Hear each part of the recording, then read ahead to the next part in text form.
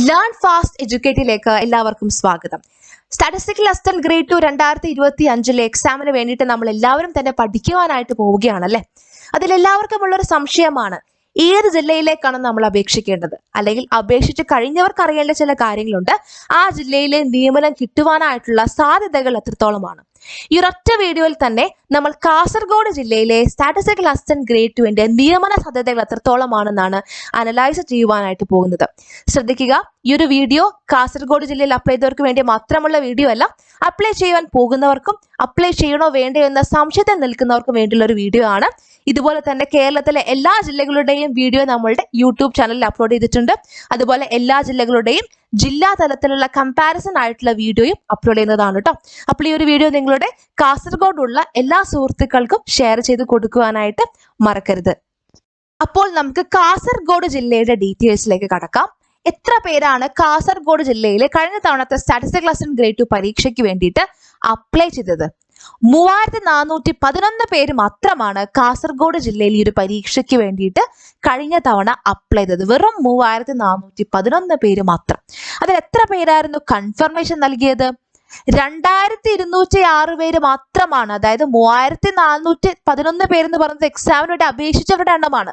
അതിൽ തന്നെ കൺഫർമേഷൻ നൽകിയത് വെറും 2206 പേര് മാത്രമാണ്. എന്താണ് ഈ കൺഫർമേഷൻ നൽകുക എന്ന് പറഞ്ഞാൽ, ആദ്യമായിട്ട് PSC എക്സാം എഴുതുന്നവർക്കൊരു കൺഫ്യൂഷൻ ഉള്ള ഒരു കാര്യമാണ് അല്ലെ. എക്സാമിന് 1-2 മാസം മുൻപായിട്ട് നമ്മളുടെ എക്സാം ഡേറ്റും സിലബസ് ഒക്കെ വന്നുകൊണ്ട് അതിനൊപ്പം തന്നെ കൺഫർമേഷൻ നൽകൂ എന്ന് പറഞ്ഞ് PSCയുടെ ഒരു മെസ്സേജ് ഉണ്ടാകും. നമ്മൾ PSC പ്രൊഫൈലിൽ പോയിട്ട് കൺഫർമേഷൻ നൽകേണ്ടതായിട്ടുണ്ട്. അതായത് ഒരു എക്സാം എഴുതുവാൻ നമ്മൾ വന്നിരിക്കുമെന്ന ഒരു ഉറപ്പ്. അപ്പൊ ഈ ഒരു കൺഫർമേഷൻ നൽകിയാൽ മാത്രമേ നമ്മൾക്ക് എക്സാം എഴുതുവാനായിട്ട് സാധിക്കുകയുള്ളൂ. അപ്പൊ പ്രത്യേകം ശ്രദ്ധിക്കുക കേട്ടോ, നമ്മൾ കൺഫർമേഷൻ നൽകേണ്ടതുണ്ട്. ഈ കൺഫർമേഷൻ നൽകാത്ത പക്ഷം നമുക്ക് എക്സാം എഴുതുവാനായിട്ട് സാധിക്കില്ല. അങ്ങനെ എക്സാം എഴുതാൻ പറ്റാതെ പോയിട്ടുള്ള കുറച്ച് പേരെ അറിയാട്ടോ. അപ്പോൾ അങ്ങനെയുള്ള അബദ്ധങ്ങളൊന്നും തന്നെ നിങ്ങൾക്ക് പറ്റരുത്. അപ്പൊ എല്ലാവരും ശ്രദ്ധിക്കുക. ആ ഒരു സമയമാകുമ്പോഴേക്കും ഇടയ്ക്കിടയ്ക്ക് PSC പ്രൊഫൈൽ ചെക്ക് ചെയ്യുക. ഇനി ഇതുമായിട്ട് ബന്ധപ്പെട്ട നമ്മളുടെ കൺഫർമേഷൻ നൽകുവാനായിട്ടുള്ള മെസ്സേജ് വരുമ്പോൾ തന്നെ അതുമായിട്ട് ബന്ധപ്പെട്ട കാര്യങ്ങളൊക്കെ നമ്മളുടെ യൂട്യൂബിലും അതുപോലെ ടെലഗ്രാം ഗ്രൂപ്പിലൊക്കെ അറിയിക്കുന്നതായിരിക്കും കേട്ടോ. ഓക്കെ, അപ്പം 3411 പേര് എക്സാമിനോട് അപേക്ഷിച്ചു. അതിൽ 2206 പേര് മാത്രം കൺഫർമേഷൻ നൽകി.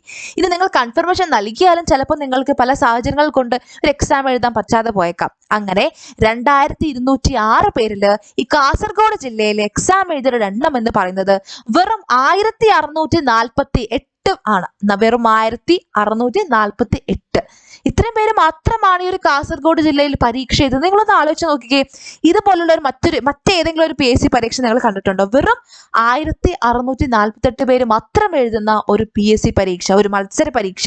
നമുക്കറിയാം, ജനറൽ PSC പരീക്ഷയൊക്കെ ലക്ഷക്കണക്കിന് ആളുകളാണ് പരീക്ഷയ്ക്ക് വേണ്ടി അപേക്ഷിക്കുന്നതും പഠിക്കുന്നതൊക്കെ അല്ലേ, എക്സാം എഴുതുന്നതും. ഈ ഒരു ജില്ലയുടെ കാര്യം നോക്കി, കാസർഗോഡ് ജില്ല മാത്രമല്ല, നമ്മുടെ സ്റ്റാറ്റിസ്റ്റിക്കൽ അസിസ്റ്റന്റ് ഗ്രേഡ് 2 പരീക്ഷ എഴുതുന്ന ഒട്ടുമിക്ക എല്ലാ ജില്ലകളിലും ആപ്ലിക്കൻസിന്റെ എണ്ണം എന്ന് പറയുന്നത് വളരെ കുറവാണ്. അതിൽ എക്സാം എഴുതുന്നവരുടെ എണ്ണം അതിലേറെ കുറവാണ്.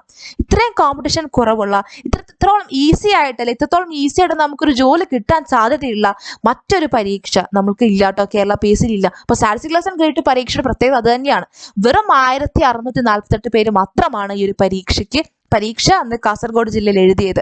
അങ്ങനെയാണെങ്കിൽ എത്ര പേരായിരുന്നു മെയിൻ ലിസ്റ്റിൽ ഉണ്ടായിരുന്നത്? ഈ ഒരു 1648 പേരിൽ മെയിൻ ലിസ്റ്റിൽ ഉൾപ്പെട്ടത് 47 പേരാണ്. 47 പേര്. അപ്പൊ കട്ട് ഓഫ് എത്രയായിരുന്നു?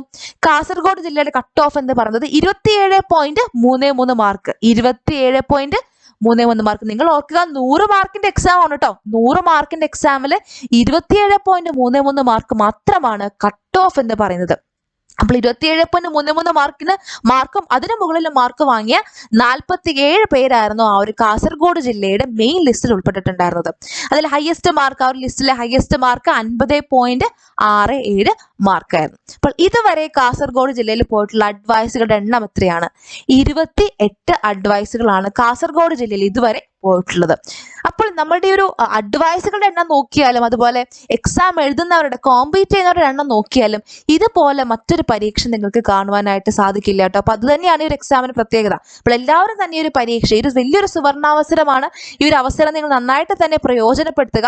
എല്ലാവരും ഇപ്പോൾ തന്നെ നമുക്കൊരു 6 മാസം സമയമുണ്ടല്ലേ. നമുക്ക് ജൂലൈ, ഓഗസ്റ്റ്, സെപ്റ്റംബർ മാസങ്ങളിലാണ് ഈ ഒരു പരീക്ഷ നടക്കാൻ പോകുന്നത്. അപ്പോൾ ഈ ഒരു 6 മാസക്കാലം തന്നെ നിങ്ങൾ മാക്സിമം നന്നായിട്ട്, നിങ്ങളെ കൊണ്ട് പറ്റുന്നത് പോലെ നന്നായിട്ട് തന്നെ പരിശ്രമിക്കാനായിട്ട് ശ്രമിക്കുക കേട്ടോ. ഇനി നമുക്ക് മെയിൻ ലിസ്റ്റിലേക്ക് കടക്കാം. കാസർഗോഡ് ജില്ലയുടെ മെയിൻ ലിസ്റ്റിലെ ഡീറ്റെയിൽസ് ആണ്. ഓരോ റിസർവേഷൻ കാറ്റഗറിയിൽ നിന്നും എത്ര പേരാണ് ആ ഒരു മെയിൻ ലിസ്റ്റിൽ ഉണ്ടായിരുന്നത്, അതിൽ തന്നെ ഹയസ്റ്റ് മാർക്ക് എത്രയാണ്, ലോവസ്റ്റ് മാർക്ക് എത്രയാണെന്നാണ് നമ്മൾ നോക്കാനായിട്ട് പോകുന്നത്. ജനറൽ കാറ്റഗറി വിഭാഗത്തിൽ 20 പേരായിരുന്നു കാസർഗോഡ് ജില്ലയുടെ മെയിൻ ലിസ്റ്റിൽ ഉണ്ടായിരുന്നത്. 20 പേരും ജനറൽ കാറ്റഗറി വിഭാഗത്തിലുള്ളവരായിരുന്നു. അതിൽ തന്നെ ജനറൽ കാറ്റഗറിയിൽ തന്നെ ഹയസ്റ്റ് മാർക്ക് 50.67 ലോവസ്റ്റ് മാർക്ക് 27.33 മാർക്കുമായിരുന്നു. അതുപോലെ ഇഴവ തീയ ബില്ലവ റിസർവേഷൻ ഉള്ളവരിൽ 11 പേരായിരുന്നു കാസർഗോഡ് ജില്ലയുടെ മെയിൻ ലിസ്റ്റിൽ ഉണ്ടായിരുന്നത്. അതിൽ തന്നെ ഹയസ്റ്റ് മാർക്ക് 42.67 മാർക്കും ലോവസ്റ്റ് മാർക്ക് 28 മാർക്കുമായിരുന്നു. SC ST കാറ്റഗറിയിൽ ആരും തന്നെ മെയിൻ ലിസ്റ്റിൽ ഉണ്ടായിരുന്നില്ല.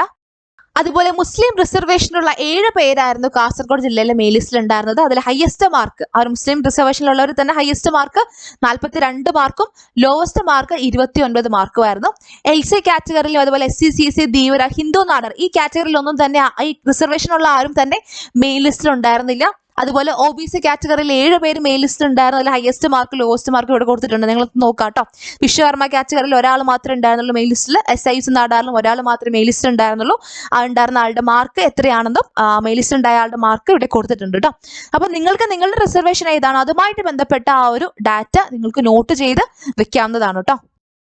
അതുപോലെ സപ്ലിമെന്ററി ലിസ്റ്റിലേക്ക് വന്നു കഴിഞ്ഞാൽ ഓരോ റിസർവേഷൻ കാറ്റഗറിയുടെയും സപ്ലിമെന്ററി ലിസ്റ്റിൽ എത്ര പേരായിരുന്നു ഇൻക്ലൂഡ് ആയിട്ടുണ്ടായിരുന്നത്, അതിൽ തന്നെ ഹയസ്റ്റ് മാർക്ക് എത്രയാണ്, ലോവസ്റ്റ് മാർക്ക് എത്രയാണ്, ഒരു ടേബിൾ നിങ്ങൾക്ക് നോക്കാം കേട്ടോ. നോക്കിക്കേ, ഇഴവ തീയ ബില്ലവ റിസർവേഷൻ കാറ്റഗറിയുടെ സപ്ലിമെന്ററി ലിസ്റ്റിൽ 11 പേരായിരുന്നു ഇൻക്ലൂഡ് ആയിട്ടുണ്ടായിരുന്നത്. അതിൽ ഹയസ്റ്റ് മാർക്ക് 27 മാർക്കായിരുന്നു. സ്വാഭാവികമായിട്ടും മെയിൻ ലിസ്റ്റിലെ കട്ട് ഓഫ്, നമ്മുടെ കട്ട് ഓഫ് മാർക്ക് എന്ന് പറയുന്നത് 27.33 മാർക്കാണ് അല്ലെ. അപ്പൊ കട്ട് ഓഫ് മാർക്കിനേക്കാളും കുറവ് മാർക്കുള്ളവരെയാണ് നമ്മൾ സപ്ലിമെന്ററി ലിസ്റ്റിൽ ഉണ്ടാവുക. അപ്പൊ 27 മാർക്കാണ് സപ്ലിമെന്ററി ലിസ്റ്റിൽ ഇഴവ ബില്ലവയുടെ സപ്ലിമെന്ററി ലിസ്റ്റിലെ ഹയസ്റ്റ് മാർക്ക്. ലോവസ്റ്റ് മാർക്ക് 24 മാർക്കാണ്. SC കാറ്റഗറിയിലെ സപ്ലിമെന്ററി ലിസ്റ്റിൽ 6 പേരുണ്ടായിരുന്നു. അതിൽ highest mark 22.67 lowest mark 13.67. ST കാറ്റഗറിയിൽ 6 പേരായിരുന്നു ലിസ്റ്റിൽ ഉണ്ടായിരുന്നത്. അതിൽ 17 മാർക്കാണ് ഹയസ്റ്റ് മാർക്ക്, 12.67 മാർക്കാണ് ലോവസ്റ്റ് മാർക്ക്. അതുപോലെ ബാക്കിയുള്ള എല്ലാ റിസർവേഷൻ കാറ്റഗറിയുടെയും സപ്ലിമെന്ററി ലിസ്റ്റിൽ എത്ര പേര് ഇൻക്ലൂഡ് ആയിട്ടുണ്ടായിരുന്നു ആ ലിസ്റ്റിൽ തന്നെ ഹയസ്റ്റ് മാർക്ക് എത്രയാണ്, ലോവസ്റ്റ് മാർക്ക് എത്രയാണ് ഈ ഒരു ടേബിളിൽ കൊടുത്തിട്ടുണ്ട് കേട്ടോ. അപ്പൊ നിങ്ങളുടെ റിസർവേഷനുമായിട്ട് ബന്ധപ്പെട്ട ആ ഒരു ഡീറ്റെയിൽസ് നിങ്ങൾക്ക് നോട്ട് ചെയ്ത് വെക്കാവുന്നതാണ്. അതുപോലെ ഡിഫറൻറ്റ്ലി ഏബിൾഡ് കാറ്റഗറിയുടെ സപ്ലിമെന്ററി ലിസ്റ്റിലും ലോവസ്റ്റ് കാറ്റഗറിയിലും ഹിയറിംഗ് ഇമ്പയർമെന്റ് കാറ്റഗറിയിൽ ആരും തന്നെ ഉണ്ടായിരുന്നില്ല, അവർ എക്സാം എഴുതിയിട്ടുണ്ടായിരുന്നില്ല. അതുപോലെ ലോക്കോമോട്ടീവ് ഡിസബിലിറ്റി സെർവൽ പ്ലസ് വിഭാഗത്തിൽ 3 പേരായിരുന്നു സപ്ലിമെന്ററി ലിസ്റ്റ് ഉണ്ടായിരുന്നത്. അതിൽ ഹയസ്റ്റ് മാർക്ക് 29.67 ലോവസ്റ്റ് മാർക്ക് 15.33 ആയിരുന്നു. അപ്പൊ നിങ്ങളുടെ റിസർവേഷൻ ഏതാണോ അതുമായിട്ട് ബന്ധപ്പെട്ട കാര്യങ്ങൾ നിങ്ങളൊന്ന് നോട്ട് ചെയ്ത് വെക്കുക. അപ്പോൾ കാസർഗോഡ് ജില്ലയിലെ മെയിൻ ലിസ്റ്റിലും സപ്ലിമെന്ററി ലിസ്റ്റിലും ഓരോ റിസർവേഷൻ കാറ്റഗറിയിൽ നിന്നും ഉൾപ്പെട്ട കാൻഡിഡേറ്റ്സിന്റെ എണ്ണം, അതുപോലെ അവരുടെ ഹയസ്റ്റ് മാർക്ക്, ലോവസ്റ്റ് മാർക്ക് എന്നീ വിവരങ്ങളെ കുറിച്ച് നിങ്ങൾക്ക് ഒരു ഐഡിയ കിട്ടിയെന്ന് വിശ്വസിക്കുന്നു. ഇനി നമ്മൾ നോക്കാനായിട്ട് പോകുന്നത് അഡ്വൈസ് ഡീറ്റെയിൽസ് ആണ്.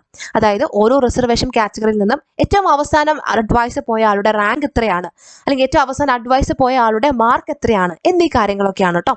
അതിലേക്ക് കടക്കുന്നതിന് മുൻപായിട്ട് സ്റ്റാറ്റിസ്റ്റിക്സ്, മാത്തമാറ്റിക്സ്, കൊമേഴ്സ്, എക്കണോമിക്സ് എന്നീ വിഷയങ്ങൾ പ്രധാന വിഷയമായി വരുന്ന കേരള PSC പരീക്ഷകൾ, അതായത് കഴിഞ്ഞ തവണത്തെ സ്റ്റാറ്റിസ്റ്റിക്കൽ അസിസ്റ്റന്റ് ഗ്രേഡ് 2 എക്സാം, അതുപോലെ 2024 ജൂണിൽ നടന്ന റിസർച്ച് അസിസ്റ്റന്റ് പരീക്ഷ, അതുപോലെ കഴിഞ്ഞ വർഷം നടന്ന റിസർച്ച് ഓഫീസർ പരീക്ഷ എന്നീ 3 പരീക്ഷകളിലും ലേൺ ഫാസ്റ്റ് എഡ്യൂക്കേറ്റ് നേടിയ നേട്ടങ്ങളെ കുറിച്ച് കുറച്ച് നിമിഷങ്ങൾ.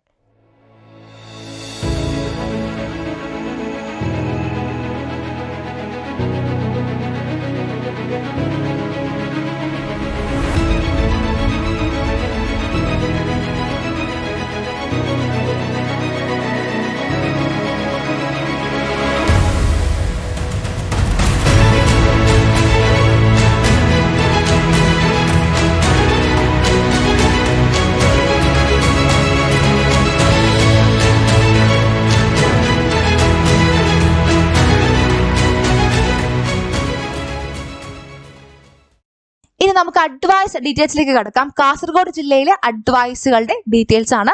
ഓരോ റിസർവേഷൻ കാറ്റഗറിയിൽ നിന്നും അവസാനമായിട്ട് ഏത് റാങ്കുള്ള ആൾക്കാണ് അഡ്വൈസ് പോയിട്ടുള്ളത്, ആ അഡ്വൈസ് പോയ ആളുടെ മാർക്ക് എത്രയാണ്, അതാണ് നമ്മൾ നോക്കാനായിട്ട് പോകുന്നത് കേട്ടോ. ഓപ്പൺ കോമ്പറ്റീഷൻ വിഭാഗത്തിൽ, അതായത് മാർക്കിന്റെ അടിസ്ഥാനത്തിൽ, റിസർവേഷൻ കാറ്റഗറി ഒന്നും കൺസിഡർ ചെയ്യാതെ തന്നെ മാർക്കിന്റെ അടിസ്ഥാനത്തിൽ 17ാമത്തെ റാങ്കുള്ള, മെയിൻ ലിസ്റ്റിലെ 17ാമത്തെ റാങ്കുള്ള ആൾക്കാണ് അവസാനമായിട്ട് ഓപ്പൺ കോമ്പറ്റീഷൻ വിഭാഗത്തിൽ നിന്നും അഡ്വൈസ് പോയത്. അഡ്വൈസ് പോയ ആളുടെ മാർക്ക് എന്ന് പറയുന്നത് 34.33 മാർക്കാണ്. അതുപോലെ ഇഴവ തീയ ബില്ലവ റിസർവേഷൻ കാറ്റഗറി പ്രകാരം നമ്മുടെ മെയിൻ ലിസ്റ്റിലെ 16ാമത്തെ റാങ്കുള്ള ആൾക്കാണ് അഡ്വൈസ് പോയിട്ടുള്ളത്. അഡ്വൈസ് പോയ ആളുടെ മാർക്ക് എന്ന് പറയുന്നത് 34.33 മാർക്കാണ്. SC കാറ്റഗറിയിലെ സപ്ലിമെന്ററി ലിസ്റ്റിലെ 3ാമത്തെ റാങ്കുള്ള ആൾക്കാണ് അവസാനമായിട്ട് അഡ്വൈസ് പോയിട്ടുള്ളത്. അഡ്വൈസ് പോയ ആളുടെ മാർക്ക് എന്ന് പറയുന്നത് 17.33 മാർക്കാണ്. ST കാറ്റഗറിയിൽ ഇതുവരെ ആർക്കും അഡ്വൈസുകൾ പോയിട്ടില്ല. നമ്മുടെ PSCയുടെ റൊട്ടേഷൻ ചാർട്ട് ഉണ്ട്. റൊട്ടേഷൻ ചാർട്ട് പ്രകാരമാണ് അഡ്വൈസുകൾ പോവുക കേട്ടോ. അപ്പോൾ ഓരോ റിസർവേഷൻ കാറ്റഗറി അവരുടെ ഊഴം വരുന്നതിനനുസരിച്ചായിരിക്കും ആ അഡ്വൈസുകൾ പോകുന്നത്. ST കാറ്റഗറിയിൽ ഇതുവരെ അഡ്വൈസുകൾ പോയിട്ടില്ല. അവരുടെ ഊഴം വരുന്നതനുസരിച്ച് ആ അഡ്വൈസ് പോകുന്നതായിരിക്കും കേട്ടോ. അതുപോലെ മുസ്ലിം കാറ്റഗറിയിലും SC കാറ്റഗറിയിലും OBC കാറ്റഗറിയിലൊക്കെ അവസാനമായിട്ട് അഡ്വൈസ് പോയ ആളുടെ റാങ്ക് എത്രയാണ്, ഏത് റാങ്കുള്ള ആൾക്കാണ് അവസാനമായിട്ട് അഡ്വൈസ് പോയത്, ആ ആളുടെ മാർക്ക് എത്രയാണെന്നും ഇവിടെ ഒരു ടേബിളിൽ കൊടുത്തിട്ടുണ്ട്. നിങ്ങളുടെ റിസർവേഷൻ ഏതാണോ അതുമായിട്ട് ബന്ധപ്പെട്ട കാര്യങ്ങൾ നിങ്ങളൊന്ന് നോട്ട് ചെയ്ത് വെക്കുക കേട്ടോ. അതുപോലെ വിശ്വകർമ്മ കാറ്റഗറിയിലെ സപ്ലിമെന്ററി ലിസ്റ്റിലെ ആദ്യത്തെ റാങ്കുള്ള ആൾക്കാണ് അവസാനമായിട്ട് അഡ്വൈസ് പോയത്. അഡ്വൈസ് പോയ ആളുടെ മാർക്ക് 26.33 മാർക്കാണ്. SIOC നട വിഭാഗത്തിൽ ഇതുവരെ അഡ്വൈസുകൾ പോയിട്ടില്ല. അവരുടെ ഊഴം വരുന്നതനുസരിച്ചായിരിക്കും അഡ്വൈസുകൾ പോവുക. അതുപോലെ ഹിന്ദു നാടാറിലെ SCC കാറ്റഗറിയിലും അതുപോലെ ധീവര കാറ്റഗറിയിലും ഒക്കെ സപ്ലിമെന്ററി ലിസ്റ്റിലുള്ള ആദ്യത്തെ റാങ്കുള്ള ആളുകൾക്കാണ് അഡ്വൈസുകൾ അവസാനമായിട്ട് പോയത്. അവരുടെ മാർക്ക് ഈ ഒരു ടേബിളിൽ കൊടുത്തിട്ടുണ്ട്. നിങ്ങൾക്കത് നോക്കാം കേട്ടോ. അതുപോലെ ഡിഫറെന്റ് ഏബിൾഡ് കാറ്റഗറിയിൽ ആർക്കും തന്നെ ഇതുവരെ അഡ്വൈസുകൾ പോയിട്ടില്ല. റൊട്ടേഷൻ ചാർട്ട് പ്രകാരം അഡ്വൈസുകളുടെ ആ ഒരു ഓർഡർ അനുസരിച്ചാണ് അഡ്വൈസുകൾ പോകട്ടെ. അപ്പോൾ ഊഴം വരുന്നതനുസരിച്ചായിരിക്കും അഡ്വൈസ് പോകുന്നത്. അപ്പോൾ ഈ ഒരു വീഡിയോയിൽ നമ്മൾ കണ്ടത് കാസർഗോഡ് ജില്ലയിലെ ഡീറ്റെയിൽസ് ആണല്ലേ. എത്ര പേര് എക്സാമിന് അപ്ലൈ ചെയ്തു, എത്ര പേര് കൺഫർമേഷൻ നൽകി, എത്ര പേര് എക്സാം എഴുതി. കാസർഗോഡ് ജില്ലയിൽ വെറും 1648 പേര് മാത്രമാണ് ഈ ഒരു പരീക്ഷ എഴുതിയത്. നിങ്ങൾ ആലോചിച്ച് നോക്കി, ഇതുപോലെയുള്ളൊരു കേരള PSC പരീക്ഷ നിങ്ങൾ കണ്ടിട്ടുണ്ടോ? വെറും 1648 പേര് മാത്രം മത്സരിക്കുന്ന ഒരു കേരള PSC പരീക്ഷ. അതുകൊണ്ട് തന്നെ ഈ ഒരു പരീക്ഷയ്ക്ക് വേണ്ടി നിങ്ങൾ എല്ലാവരും ആത്മാർത്ഥമായിട്ട് പരിശ്രമിക്കണം കേട്ടോ. നന്നായിട്ട് പഠിക്കുക. നമുക്കൊരു 6 മാസം മുൻപിലുണ്ട്. എല്ലാ ദിവസവും നമ്മളുടെ ആ ഒരു ജില്ലയുടെ റാങ്ക് ലിസ്റ്റ് പബ്ലിഷ് ചെയ്യുന്ന സമയത്ത് നിങ്ങളുടെ രജിസ്റ്റർ നമ്പറും നിങ്ങളുടെ പേരും ആ ഒരു ടോപ്പ് റാങ്കിൽ തന്നെ ഉണ്ടാവണം എന്നുള്ള ഒറ്റ ലക്ഷ്യത്തിൽ നിങ്ങൾ നന്നായിട്ട് പഠിക്കുക. ഈ ഒരു 6 മാസക്കാലം നിങ്ങൾ ആത്മാർത്ഥമായിട്ട് പരിശ്രമിച്ചു കഴിഞ്ഞാൽ ഉറപ്പായിട്ടും നിങ്ങൾക്ക് ആ ഒരു ലിസ്റ്റിൽ ഏറ്റവും ടോപ്പ് റാങ്കിലേക്ക് എത്തുവാനായിട്ട് സാധിക്കും. അപ്പോൾ എങ്ങനെയാണ് നമ്മൾ ഈ ഒരു പരീക്ഷയ്ക്ക് വേണ്ടി പഠിക്കേണ്ടത്, തയ്യാറെടുക്കേണ്ടത്? സബ്ജക്ട് ബേസ്ഡ് എക്സാമുകളിൽ, അതായത് പ്രത്യേകമായിട്ടും സ്റ്റാറ്റിസ്റ്റിക്സ്, മാത്തമാറ്റിക്സ്, കൊമേഴ്സ്, എക്കണോമിക്സ് എന്നീ വിഷയങ്ങൾ പ്രധാന വിഷയമായി വരുന്ന സബ്ജക്ട് ബേസ്ഡ് എക്സാമുകളിൽ PSC ചോദ്യങ്ങൾ ചോദിക്കുന്ന ഒരു രീതിയുണ്ട്. ആ ഒരു രീതി മനസ്സിലാക്കിക്കൊണ്ട് വേണം നമ്മൾ പഠിക്കുവാനായിട്ട്. ആ ഒരു രീതി മനസ്സിലാക്കി അനലൈസ് ചെയ്തുകൊണ്ടാണ് ലേൺ ഫാസ്റ്റ് എഡ്യൂക്കേറ്റഡ് എല്ലാ ക്ലാസ്സുകളും എല്ലാ മോക്ക് ടെസ്റ്റുകളും പ്രിപ്പയർ ചെയ്തിരിക്കുന്നത്. അതിൻ്റെ ഒരു തെളിവാണ് 2024 ജൂണിൽ നടന്ന റിസർച്ച് അസിസ്റ്റന്റ് പരീക്ഷ. ആ ഒരു പരീക്ഷയിൽ ഇതേപോലെ തന്നെ സ്റ്റാറ്റിസ്റ്റിക്സ്, മാത്തമാറ്റിക്സ്, കൊമേഴ്സ്, എക്കണോമിക്സ് ആയിരുന്നു പ്രധാന വിഷയങ്ങളായിട്ട് പഠിക്കുവാനായിട്ടുണ്ടായിരുന്നത്. ആ ഒരു പരീക്ഷയിൽ ലേൺ ഫാസ്റ്റ് എഡ്യൂക്കേറ്റഡ് പഠിപ്പിച്ച ഭാഗങ്ങളിൽ നിന്നും 64 ചോദ്യങ്ങളാണ് നമ്മളുടെ മെയിൻ എക്സാമിന് വന്നത്. 64 ചോദ്യങ്ങൾ, എക്സാക്ട്ലി സെയിം ആയിട്ടുള്ള ചോദ്യങ്ങൾ, സിമിലർ ആയിട്ടുള്ള ചോദ്യങ്ങൾ, പഠിച്ച കാര്യങ്ങൾ അപ്ലൈ ചെയ്യേണ്ട ചോദ്യങ്ങൾ, അങ്ങനെ 64 ചോദ്യങ്ങളാണ് ഒരു പരീക്ഷയ്ക്ക് വന്നത്. ആ 64 ചോദ്യങ്ങൾ ഏതൊക്കെ ക്ലാസ്സിലാണ് നമ്മൾ പഠിച്ചിട്ടുള്ളത്, ഏതൊക്കെ മോക്ക് ടെസ്റ്റിലെ ചോദ്യങ്ങളാണ്, അല്ലെങ്കിൽ ഏത് ക്ലാസ്സിൽ പഠിപ്പിച്ച കാര്യങ്ങൾ അപ്ലൈ ചെയ്തിട്ടുള്ള ചോദ്യങ്ങൾ എന്നിങ്ങനെയുള്ള കംപ്ലീറ്റ് വിവരങ്ങൾ യൂട്യൂബിൽ ഒരു വീഡിയോ ആയിട്ട് അപ്ലോഡ് ചെയ്തിട്ടുണ്ട്. നിങ്ങൾക്കത് കണ്ടു നോക്കാം. അപ്പോൾ ആ ഒരു PSC ചോദ്യങ്ങൾ ചോദിക്കുന്ന രീതി മനസ്സിലാക്കിക്കൊണ്ട് തന്നെയാണ് ലേൺ ഫാസ്റ്റ് എഡ്യൂക്കേറ്റഡിന്റെ എല്ലാ ക്ലാസ്സുകളും തയ്യാറാക്കുന്നത്. അതിന്റെ ഫലം തന്നെയായിരുന്നു 64 ചോദ്യങ്ങൾ വന്നതും. മാത്രമല്ല റിസർച്ച് അസിസ്റ്റന്റ് പരീക്ഷയിൽ വെറും 159 പേര് മാത്രം അടങ്ങുന്ന ഷോർട്ട് ലിസ്റ്റിൽ ഇടം നേടിയത് 37 പേരാണ്. അത് സ്റ്റേജ് വൈഡ് എക്സാം ആണ്. 37 പേരും ലേൺ ഫാസ്റ്റിലെ സ്റ്റുഡൻസ് ആയിരുന്നു. 19 പേരാണ് മെയിൻ ലിസ്റ്റിൽ മാത്രമുള്ളത്. 19 പേര് മെയിൻ ലിസ്റ്റിലും 18 പേര് സപ്ലിമെന്ററി ലിസ്റ്റിലും. അതുപോലെ 2022 സ്റ്റാറ്റിസ്റ്റിക്കൽ അസിസ്റ്റന്റ് ഗ്രേഡ് 2 പരീക്ഷയിൽ ലേൺ ഫാസ്റ്റ് എഡ്യൂക്കേറ്റിൽ നിന്നും 55 റാങ്ക് ഹോൾഡേഴ്സ് ആണ് ഉണ്ടായിരുന്നത്. 55 റാങ്കുകൾ, 1ഉം 2ഉം 3ഉം 4ഉം 5ഉം റാങ്കുകൾ ഉൾപ്പെടെ വിവിധ ജില്ലകളിലായി 55 റാങ്കുകൾ. എങ്ങനെയാണ് ഇത് സാധ്യമാവുക? PSC പരീക്ഷയിൽ ചോദ്യങ്ങൾ ചോദിക്കുന്ന ഒരു രീതിയുണ്ട്. ആ ഒരു രീതി മനസ്സിലാക്കി വേണം നമ്മൾ പഠിക്കുവാനായിട്ട്. ഞങ്ങൾ ക്ലാസ്സിൽ പഠിപ്പിക്കുന്നതും അതുപോലെ മോക്ക് ടെസ്റ്റിൽ ഇടുന്ന ക്വസ്റ്റ്യൻസും നിങ്ങൾ ആത്മാർത്ഥമായിട്ട് പഠിക്കുകയും പ്രാക്ടീസ് ചെയ്യുകയും ചെയ്യുകയാണെങ്കിൽ തീർച്ചയായിട്ടും ഇനി വരാൻ പോകുന്ന 2025 സ്റ്റാറ്റിസ്റ്റിക്കൽ അസിസ്റ്റന്റ് ഗ്രേഡ് 2 പരീക്ഷയുടെ റാങ്ക് ലിസ്റ്റിൽ നിങ്ങളുടെ പേരും ഏറ്റവും ടോപ്പ് റാങ്കിൽ ഉണ്ടാവുമെന്നതിൽ ഒരു സംശയവുമില്ല. ഈ 2025 നിങ്ങൾ ആഗ്രഹിച്ചതുപോലെ നിങ്ങൾക്കൊരു ഗവൺമെന്റ് ജോലി നേടുവാൻ സാധിക്കട്ടെ എന്ന് ആശംസിക്കുന്നു. നിങ്ങളോടൊപ്പം ലേൺ ഫാസ്റ്റ് എഡ്യൂക്കേറ്റ് എന്നും ഉണ്ടാവും. Thank you.